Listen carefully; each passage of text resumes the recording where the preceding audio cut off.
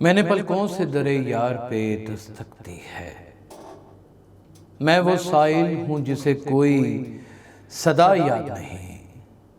آؤ ایک سجدہ کریں عالم مدہوشی میں، لوگ کہتے ہیں کہ ساگر کو خدا یاد نہیں۔ السلام علیکم ناظرین، آپ دیکھ رہے ہیں NPG میڈیا اور میرا نام یاسر شمعون خان ہے۔ بسا اوقات ہماری زندگی میں ایسے لمحات آ جاتے ہیں کہ شاید پوری دنیا کا غم اور درد ہمارے در پہ آ کے دستک دینے لگتا ہے۔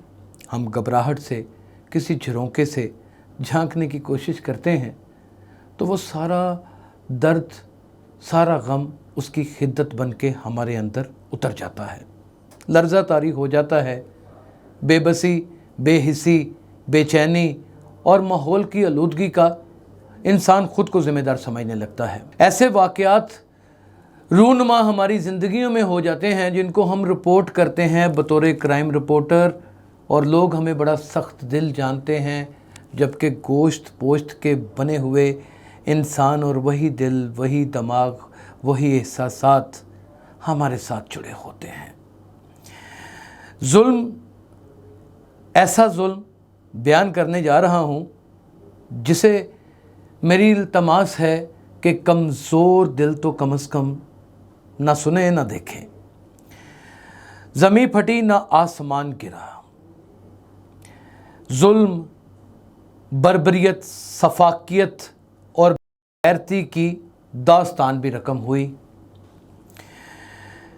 قبر کھود کر میت کے ساتھ 3 افراد نما درندوں نے اجتماعی زیادتی کر ڈالی۔ آئیے ناظرین، اس اجتماعی زیادتی کا احوال آپ کو بھی سناتا ہوں، اور آج پھر ایک شام غریبہ مناتے ہیں۔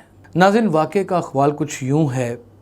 آج شاید میں زندگی میں فرسٹ ٹائم اس احوال کو پڑھ کے سنا رہا ہوں، کیونکہ لفظ مرتب نہیں کر پا رہا، زبان ڈگمگا رہی ہے، دل خون کے آنسو رو رہا ہے۔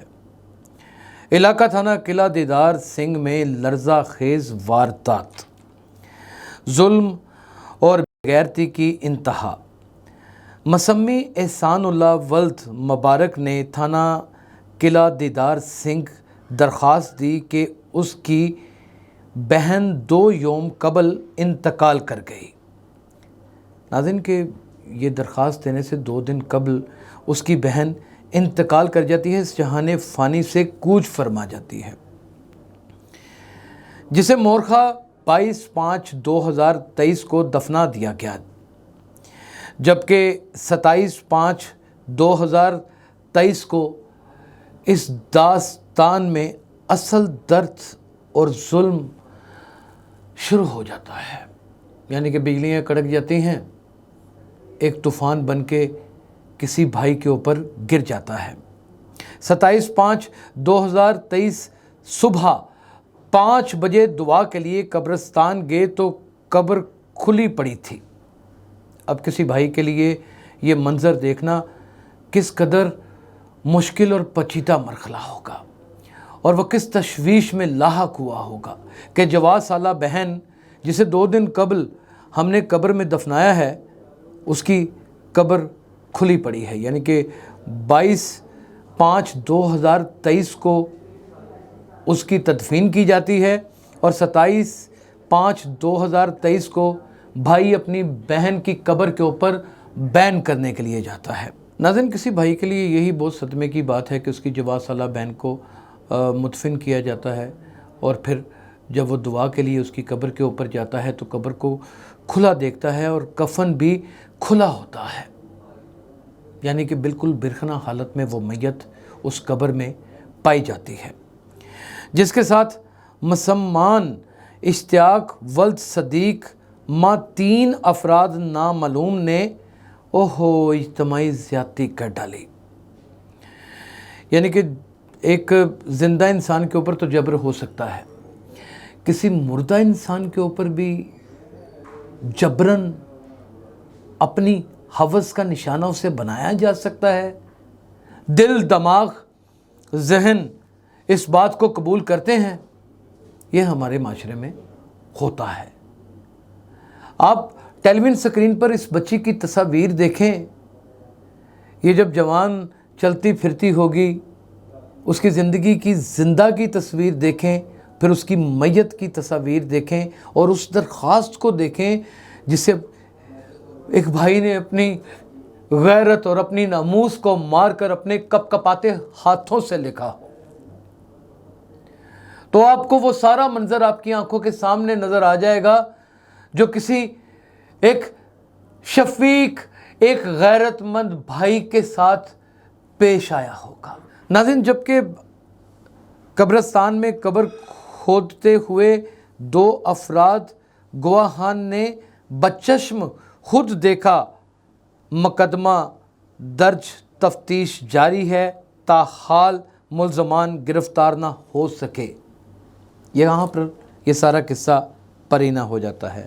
اب اس کے اوپر بات کرتے ہیں کہ وطن عزیز پاکستان میں جو تحفظ فراہم کرنے والے ادارے ہیں، قبرستان جسے باقاعدہ طور کے اوپر محکمہ اوقاف اربوں روپے کے فنڈ لے کے اون کرتا ہے، وہاں پر بچے بھی دفن ہوتے ہیں، وہاں پر بزرگ لوگ بھی مدفن کیے جاتے ہیں، وہاں جوان سال نوجوان بھی قبروں میں اترتے ہیں۔ ہم اپنے آباء و اجداد کو اپنے ہاتھوں سے لحد میں اتارتے ہیں، یعنی کہ ہم اپنی ماں کو لحد میں اتارتے ہیں، ہم اپنی بہن کو لحد میں اتارتے ہیں، یعنی کہ ہم اپنے عزیز و اقارب کے جنازوں میں شامل ہوتے ہیں اور ان کو ان کی آخری آرام گاہ تک پہنچاتے ہیں۔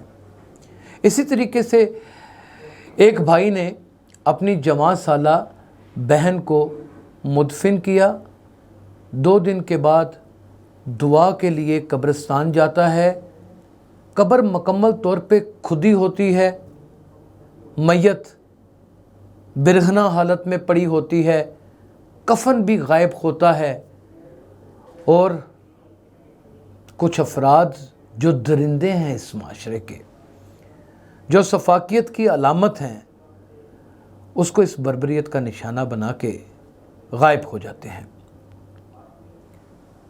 پولیس کی کارکردگی یہاں پر کروڑہا سوالیہ نشان کھڑے کرتی ہے۔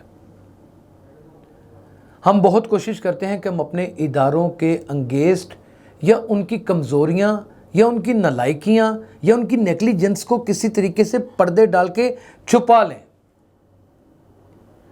لیکن اس خاندان کے بارے میں، اس بھائی کے بارے میں، اس ویر کے بارے میں ذرا چند لمحوں کے لیے سوچئے کہ وہ کس قیامت اور کس اذیت، کس تکلیف سے گزر رہا ہوگا۔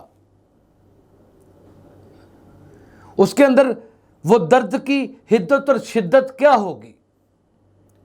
یہ بچی کی ٹیلی ویژن سکرین پر جو تصویر چل رہی ہے، یہ جو ہاتھ سے لکھی گئی درخواست ہے، یہ ایک چیز اس بات کا شاخسانہ ہے کہ ہمارے ہاں قانون، ادارے اور نظم و ضبط اور ضابطوں کی مکمل طور پہ پاسداری ہی نہیں ہے۔